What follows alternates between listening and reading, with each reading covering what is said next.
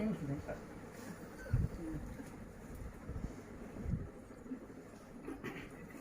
మనుషుల భాషలతోనూ దేవదూతల భాషలతోనూ నేను మాట్లాడినను, ప్రేమ లేని వాడనైతే రోగిడి కొంచును గణగణరాడు సాలోమనై ఉందును.